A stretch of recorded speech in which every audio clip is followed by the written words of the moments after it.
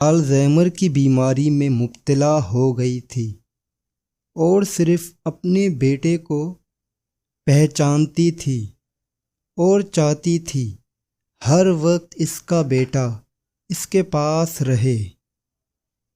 یہ بات اس آدمی کو پسند نہیں تھی۔ وہ سوچتا تھا لوگوں کے درمیان وہ بے عزت ہو رہا ہے۔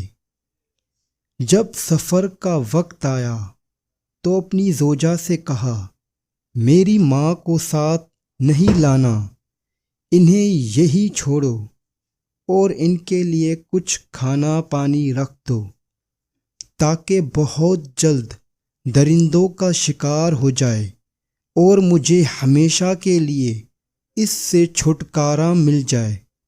زوجہ نے کہا، ٹھیک ہے۔ سب چلنے کے لیے تیار ہو گئے۔ اس عورت نے بھی اپنی ساس کے لیے کچھ کھانا پانی رکھا اور اپنے سال بھر کے بچہ کو بھی ساس کے پاس چھوڑ دیا اور پھر سب چلے گئے۔ ان کا صرف یہی ایک بیٹا تھا۔ اس آدمی کو اپنے بیٹے سے بہت محبت تھی۔ فرصت کے وقت میں وہ اپنے بچے سے کھیلتا تھا اور اسے دیکھ کر خوش ہوتا تھا۔ کچھ سفر طے کرنے کے بعد سب لوگ آرام کرنے کے لیے ٹھہرے تو اس شخص نے اپنی زوجہ سے کہا، میرے بیٹے کو لے آؤ، میں اس سے کھیلوں گا۔ عورت نے کہا، میں اس کو تمہاری ماں کے پاس چھوڑ آئی ہوں۔ یہ سنتے ہی وہ شخص غصے کی شدت سے چیخنے لگا کہ تم نے ایسا کیوں کیا؟ عورت نے جواب دیا، ہمیں وہ بچہ نہیں چاہیے، کیونکہ جیسے تم اپنی ماں کو چھوڑ کر آ گئے ہو، وہ بھی مجھے چھوڑ کر چلا جائے گا تاکہ میں مر جاؤں۔ عورت کی بات اس آدمی کے دل و دماغ پر بجلی بن کر گری۔ تیزی سے اپنے گھوڑے پر سوار ہوا اور اپنی ماں کی طرف گھوڑے کو ایڑ لگا دی، کیونکہ ہمیشہ لوگوں کے سفر پر جانے کے بعد بھیڑیے اس طرف آ جایا کرتے تھے، لیکن کچھ کھانے پینے کے لیے مل جائے۔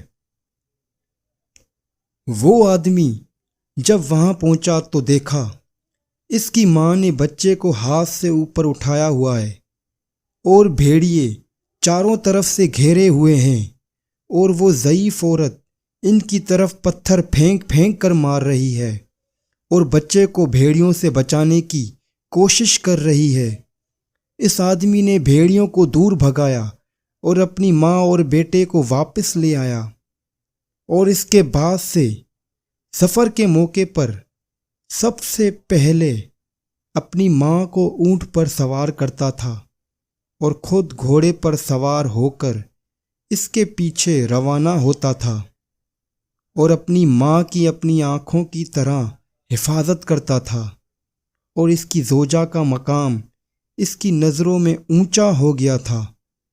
جب انسان دنیا میں آتا ہے تو اس کی ناف کاٹتے ہیں، لیکن اس کی جگہ ہمیشہ باقی رہتی ہے تاکہ وہ بھولے نہیں کہ وہ زندگی اور زندہ رہنے کے لیے ایک عظیم عورت ماں سے جڑا ہوتا ہے۔